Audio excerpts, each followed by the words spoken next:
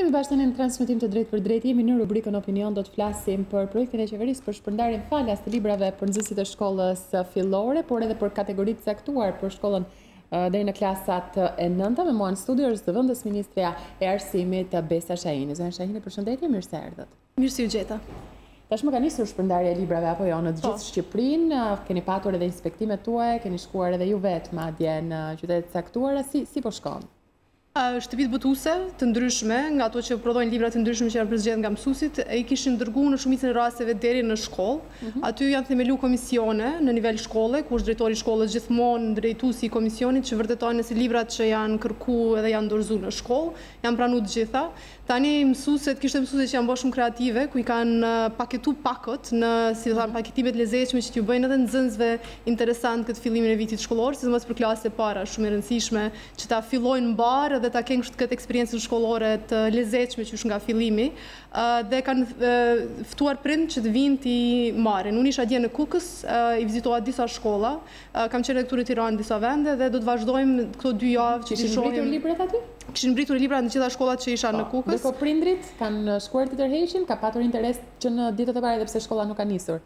Prindrit kishin interes, mirë po në disa raste nuk ishin librat gati të paketuara ashtu siç donin mësuesit. Kështu që ishte një shkollë që thanë që do t'i ftojmë prindrit nga sot, domethënë nga e martë, një shkollë tjetër nga mërkura, por gjithsesi të gjithë do t'i kenë librat para se të fillojë viti shkollor me 17 shtator. Zv.ministrja, gjithsesi ju i keni ndjekur edhe akuzat nga ana e opozitës apo jo? Ka qenë vetë deputetja e Partisë Demokratike Albania, e cila është shprehur për një mashtrim që po bën qeveria me pjesën e shpërndarjes falas të librave, sepse nëse libri shkaravitet apo griset, prindi do të duhet paguaj shumë më tepër se sa ç'mund të kushtoj libri. Si qëndron e vërteta me këtë? Unë nuk e kuptoj pse prindi do të duhet paguaj më tepër se ç'kushton libri, domethënë nuk e di se si arrinte këto akuza dhe domethënë egzagjerime. Një gjë të thuhet para se të vazhdojmë për këto, janë dikon 2/3 e gjithë nxënësve të klasave 1-9 që do të mbulohen me libra falas. Kjo është një ndihmë shumë e madhe për familjet në mënyrë që të mund të investojnë aspekte tjera të edukimit të fëmijëve të tyre. Të gjithë nxënësit e klasave 1-4 pa dallim do të marrin tekstet falas dhe të gjithë nxënësit që i përkasin kategorive të ndryshme sociale ose që nuk e kanë njërin prind, vinë nga domethënë janë fëmijë me nevoja të veçanta, vinë nga familje që marrin asistencë sociale dhe të ndryshme kategori që i kemi të listuara në udhëzimet tona, do t'i marrin librat falas. Për ndëshkimet e mundshme, në rast se libri dëmtohet, nuk është vendosur ende nga që jemi në proces të identifikimit të formave të ndryshme se si mund t'i kthejmë në ripërdorim. Qëllimi është shumë i mirë këtu dhe ka efekt pozitiv. Pra, marrja e librit në ripërdorim është praktik që implementohet gjithkund ku librat jepen falas. Është mirë të implementohen, domethënë në këtë formë që libri të kthehet dhe në këtë formë edhe kursehet buxheti i shtetit, kursehet ambienti që nuk ka nevojë të prihen aq shumë dronjë që të printohen libra të ri, dhe është mirë edhe për nxënësit që ta kenë këtë idenë se po marrin diçka në përdorim dhe po e kthejnë për gjeneratat e tjera. Sipas gjitha gjasave, po them, kjo nuk është vendosur ende, sipas gjitha gjasave, nëse dëmtohet libri në atë masë që nuk është më i përdorueshëm, thjesht vitin tjetër nxënësi është e mundur që nuk do ta merr librin, por dua ta nënvizoj, nuk e kemi vendosur ende formën më të mirë për ta implementuar pjesën e kthimit të librave, nga që është viti i parë që implementohet në Shqipëri, është vit pilotues dhe udhëzimi që del së shpejti do t'i përcaktojë të gjitha format e mundshme për ta implementuar pjesën e kthimit të librave. Por kjo është element. Nëse librat nuk kthehen, do të ketë ndëshkime mund të ketë. Edhe një herë, nuk është vendosur ende, domethënë tamam mënyra se si do të kërkohet ose që të paguhen librat për vitin tjetër shkollor, apo të ndoshta rimbursohen librat tani, nuk është vendosur ende dhe nuk e dim dhe në çfarë mase do të implementohet kjo. Domethënë do të implementohet për gjithë, do të implementohet për disa kategori, apo nuk do të implementohet fare. Nuk e kemi vendosur ende nga që është viti i parë që zbatohet në Shqipëri. Por edhe një herë po them, kjo praktika e kthimit të librave është në të gjitha shtetet ku jepen librat falas, jepen në përdorim. Nuk ka kuptim të jepet libri dhe të mos kthehet të përdoret nga nxënësit e gjeneratat e tjera, nëse ato janë në gjendje të mirë. Drejt në fakt, për të hetur vetë drejt me vërtetësinë është nëse do të ketë forma ndëshkuese apo jo. Ju thoni që nuk e kemi vendosur ende. Por nga ana tjetër, nëse një libër nuk është më i përdorshëm, çfarë blehet, domethënë, nxënësi do duhet ta blej më pas. Nëse një libër nuk është i përdorshëm fare, në fund të vitit, në maj, bëhet evidenca të gjithë librave që duhet të porositen edhe një herë dhe i blen Zv.ministrja. Marrëdhënia me nxënësin dhe me prindin në këtë rast, i cili nxënës nuk e ka ruajtur librin, nuk është vendosur ende. A ka një bazë ligjore për kthimin e librit? A do ta merr, do të thënë, do ta rimbursoj dëmin e librit apo thjesht nuk do ta merr falas librin në vitin tjetër? Kjo është një formë që duhet të vendoset. Kemi parë të gjitha praktikat në vendet e ndryshme të BE-s, të gjitha praktikat në rajon dhe do të zgjedhim mënyrën më të mirë që dëmton sa më pak që është e mundur në buxhetin familjar. Gjithsesi zonja Shahini, falas dhe në përdorim janë komplet dy terma të ndryshme. Jo, absolutisht nuk janë. Edhe një herë, jo, nuk janë terma të ndryshme. Librat falas japen në ripërdorim në të gjitha vendet ku japen librat falas. Një Google search shumë i thjeshtë, nga Finlanda, nga Gjermania, njëjtë Kosova, njëjtë Maqedonia, njëjtë Kroacia. Kroacia nuk i ka librat falas fare, i ka vetëm në Zagreb, por janë në ripërdorim. Do të thënë libri falas. Nëse libri falas nuk kthehet apo jo? Janë të gjitha, në të gjitha ashtu shtetet që i përmenda, libri kthehet në fund të vitit. Do të thënë merret falas në përdorim, nuk merret falas për të qenë në shtëpi dhe për të mbajtur aty në bibliotekën familjare. Kjo është praktik gjithka, nuk është shpikje e Shqipërisë dhe nuk e kuptoj intensitetin me cilin opozita e sulmon këtë pikë. Do të thënë ka pika tjera që mund të sulmojnë, por kjo pikë është komplet e pasulmueshme, është praktik që implementohet gjithkund ku japen librat falas të përdorim. Kur flasim për libra që kthehen, duhet patur parasysh edhe cilësia e librit, sepse nëse flasim pas s'po themi një vit, por pas 2 vitesh, qoftë edhe në të tretin, ai libër nuk do të jetë më në përdorim, apo sepse do të vjetërohet. Ai libër nuk do të jetë në përdorim, po. Ai libër nuk do të jetë në përdorim. Pra, ne çka do të shohim këtë vit është do ta kuptojmë më mirë se sa realisht qëndron një libër, libri që është i papërdorueshëm nuk do të përdoret në vitin vijim. Nëse libri ka jetëgjatësinë, ky libër që prodhohet këtu nga shtëpitë botuese, nëse ky libër ka jetëgjatësinë 2 vjet, ne do ta kërkojmë që kjo të përdoret 2 vjet. Nëse ka jetëgjatësinë deri në 3 vjet, do të përdoret për 3 vjet. Jemi të vetëdijshëm që nuk mund të ripërdoret 7 vjet. Sigur librat për shembull që i kam pasur në përdorimin në Kanada, kur kam qenë në shkollë të mesme, që kam pasur kupritinat shumë të forta dhe kanë qenë në bibliotekën e shkollës për shumë vite, derisa kanë dalë librat e reja të redaktuara, nga që ka qenë mundun që njëjti libër të përdoret për shumë vite. Këto librat këtu nuk do të përdoren për shumë vite, mirë po nga ajo që e dim, nga eksperienca që kemi nëpër shkolla, unë kam edhe eksperiencën në Kosovës, sepse ata e aplikojnë librat falas ka një kohë të gjatë dhe e dim se sa mund të qëndrojnë librat që prodhohen me kualitetin këtu, po edhe ato qëndrojnë minimalisht 3 vjet, të pa dëmtuara, përveç nëse prodhuar mund të qëndrojnë 3 vjet. Po, absolutisht. Nëse vërtetojmë që nuk qëndrojnë 3 vjet, që ato thjesht ndahen mes apo kanë probleme të tjera, kërkojmë që të ripërdoren 2 vjet në vend të 3. Po kjo nuk dihet derisa të kryhet pilotimi i tërë procesit, me këtë idenë që nxënësit tani e kanë që duhet ta ruajnë librin, me idenë që prindët e kanë që duhet ta ruajnë librin, mësuesja do të jetë shumë më kujdesshme në klasë që nxënësit të ruajnë librin dhe të shohim se sa ka jetëgjatësi një libër i cili vjen me gjithë këto instruksione për mirëmbajtjen dhe ruajtjen e tij. Zonja Shahini, në Kosovë si veprohet? Kthehen librat? Po. Funksionon mirë kjo procedurë? Deri në një farmase funksionon, kthehen librat në fund të vitit, do të thënë në maj, dhe ripërdoren sidomos për klasat 6-9. Do të thënë klasat 1-5 në shumicën e rasteve edhe i marrin të gjitha të reja.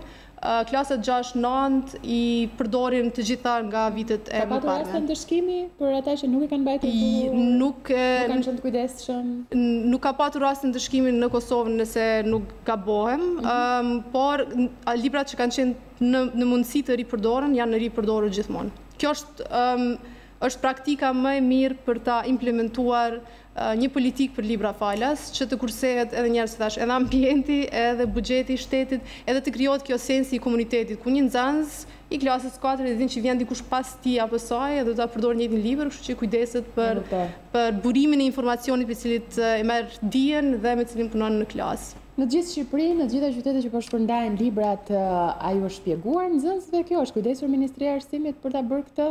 Mësuesit përkatës komunikojnë me nxënësit, në fakt nuk ka nisur shkolla, kur të nisë ndoshta do t'ju vihet në dieni, por të paktën prindrit janë porositur fikse çfarë duhet bëjnë nxënësit? prind janë porositur, ata do të nënshkru një si deklarat, ku i kanë të qarta rregullat për t'i pranu këto libra. Gjatë shpërndarjes, kjo bëhet domethënë në faza, sepse shpërndarja do të përfundojë në fund të javës tjetër, kur edhe përfundojnë përgatitjet për fillimin e vitit shkollor, që është me 17 shtator.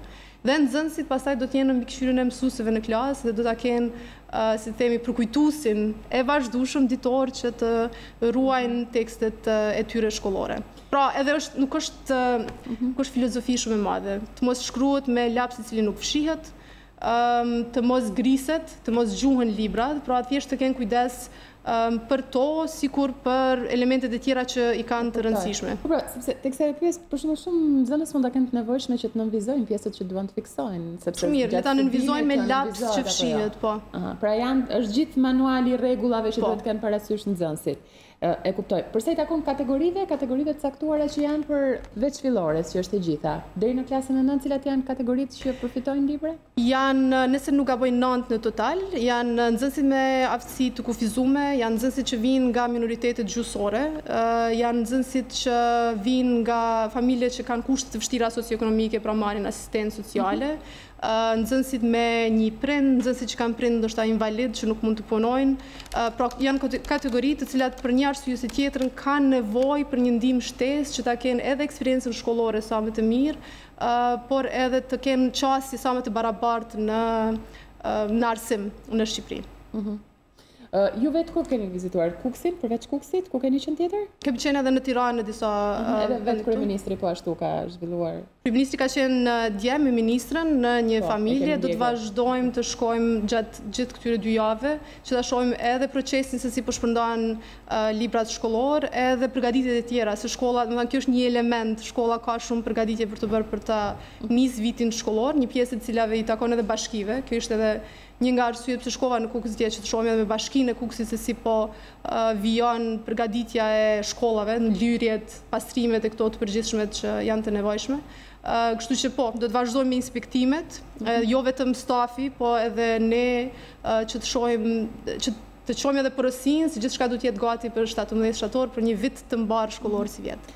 Përveç gjërave që shkojnë mirë, çfarë është evidentuar nga inspektimet? Ndonjë problematik përkatëse që prek vërtet sistemin arsimor?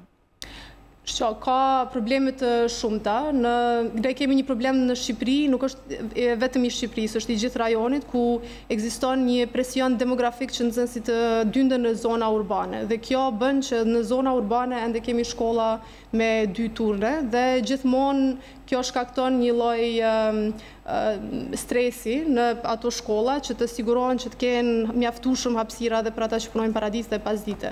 Është bërë plan, Tirana ka këtë problem në masën më të madhe, natyrisht. Tirana ka plan për ndërtimin e 17 shkollave të reja deri në fund të mandatit qeveritar, dhe kjo do t'i liroj shkollat që punojnë sot me 2 turne në mënyrë që të gjithë nxënësit të kenë mundësinë të punojnë me 1 turn.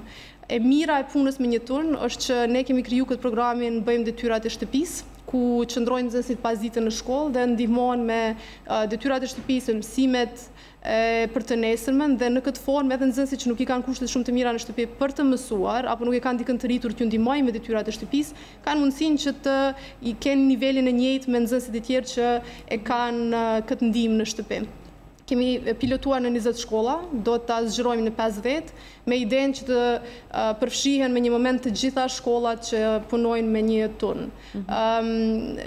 Në këtë formë, po shpresojmë që përveç që kemi rritë cilësinë e arsimit duke u siguru që tekstet shkollore janë më të mira, po sigurohemi që mësuesit janë shumë mirë të përgatitur. Mësuesit tani ju e dini se kemi folur edhe përpara, punësohen përmes portalit Mësues për Shqipërinë, që bën që është një garë e hapur dhe vetëm mësuesi më i mirë mund të futet në shkollë. Kështu që është përmirësuar edhe cilësia e mësuesve, janë më të përgatitur se ata që kanë qenë përpara. Dhe duke përmirësuar cilësinë e arsimit me një anë, po e përmirësojmë edhe ato që quhet në zhargonin ton arsimor aksesin, dhe në qasjen që kanë grupet e ndryshme shoqërore në shkollat e Shqipërisë. Bëjmë detyrat është një nga këto që siguron një farë barabartësie mes nxënësve që i kanë kushtet e mira në shtëpi dhe ata që nuk i kanë për të mësuar për të nesërmen. Po, më vjen një pyetje për gjithë ata që na ndjekin drejt për drejt, zonja Shahini, pse do të mbyllen 7 shkolla në Vlorë që kanë klasa kolektive në Tragjas, në Radhim? Numri 7 nuk do të thotë që është i sakt dhe në fjala shkollë nuk është gjithashtu shumë përshkrim i sakt. Ajo që po ndodh është kjo. Në Shqipëri janë 33.000 nxënës që mësojnë në klasa kolektive. Për ata që nuk kanë fëmijë në shkollë, nëse të sqaroj një sekond, klasa kolektive është një klasë ku mësojnë nxënësit e klasës, për shembull, parë, 2, 3, 4 dhe 5 të gjithë bashkë në një klasë. Mund të jenë pak, nëse në zona rurale ku kanë mbet pak familje me fëmijë të vegjël, mund të jenë për shembull 6-7 veta krejt, mirë po janë të moshave të ndryshme dhe mësuesja ka shumë vështirë që të zhvillojë mësimin siç duhet për ato klasë. Ideja është që të transferohen aty ku është e mundur këta nxënës në shkollat më të afërta që të mësojnë me bashkëmoshatarët e tyre. Nuk është e mundur gjithka, sepse ka disa zona që janë shumë të thella rurale dhe është e vështirë që të sigurohet transport ose të transferohen këta nxënës sidomos ta më të vegjëlit në shkollat e tjera, po aty ku është e mundur kjo do të bëhet. Nuk është vendosur ende lista përfundimtare, sepse ka shumë ndryshime në fillim vit, edhe me regjistrimet, sidomos me regjistrimet në klasën e parë, edhe me lëvizjet e nxënësve nga zona të ndryshme, por së shpejti për dikun 2 javë, 3 do të dim edhe cilat klasa kolektive do të shuhen në mënyrë që të transferohen nxënësit aty ku bëhet mësim më i mirë. Një pjesë e këtyre nxënësve kanë marrë, domethënë, mësim jo shumë cilësor dhe ne po synojmë që ta adresojmë këtë. Por kjo numri 7 nuk është mund të jetë i saktë, mund edhe mos të jetë i saktë se nuk e kemi vendosur përfundimisht, do t'i shohim regjistrimet e klasës së parë. Një gjë që është shumë e rëndësishme për mësues, asnjë mësues nuk do del nga sistemi, nga ky riorganizim i klasëve. Të gjithë do të absorbohen ose përmes programit bëjmë detyrat e shtëpisë, ose do të ketë më shumë nevojë për mësues në shkollat ku transferohen nxënësit nga klasat kolektive në shkollat më të afërta, në qytetin apo fshatin më të afërt. Kështu që ky proces do të mbyllet kur të përfundojnë edhe regjistrimet për klasën e parë, edhe transferimet e gjithë nxënësve nga shkolla në shkollë, siç ndodh secilin vit shkollor deri ka fundi i shtatorit. Ju pyeta për Vlorën, por në fakt njëjti fenomen është edhe në Fier, me sa duket, për është në gjithë Shqipërinë. Janë 33.000 nxënës që mësojnë në klasa kolektive. Është një numër shumë i madh i nxënësve, është gati 10% e nxënësve të shkollave publike të klasave 1-9 që e marrin mësimin në klasa kolektive. Pra është një numër shumë i madh dhe është një numër që nuk jo domosdoshmërisht do të shkojë në zvoglim, por në rritje duke marrë parasysh presionin demografik që e kanë shtetet si Shqipëria, Kosova, Serbia, Maqedonia, ku zonat rurale kanë një tendencë për të dyndur për zona urbane dhe mbesin pak fëmijë në për disa zona të thella rurale. Dhe në këtë formë ne duhet ta gjejmë një sistem i cili nuk i penalizon fëmijët që mbesin mbrapa. Pra që ata të mund të transferohen dikun ku mësojnë me bashkëmoshatarët e tyre dhe kanë fokusin e nevojshëm nga mësuesit e tyre për të marrë dijet e nevojshme që i ofron sistemi i arsimit në Republikën e Shqipërisë. Unë falenderoj zërin Shehini që ishte të mos. Faleminderit për ftesën. Shkojmë në publicitet, kthehemi pas pak.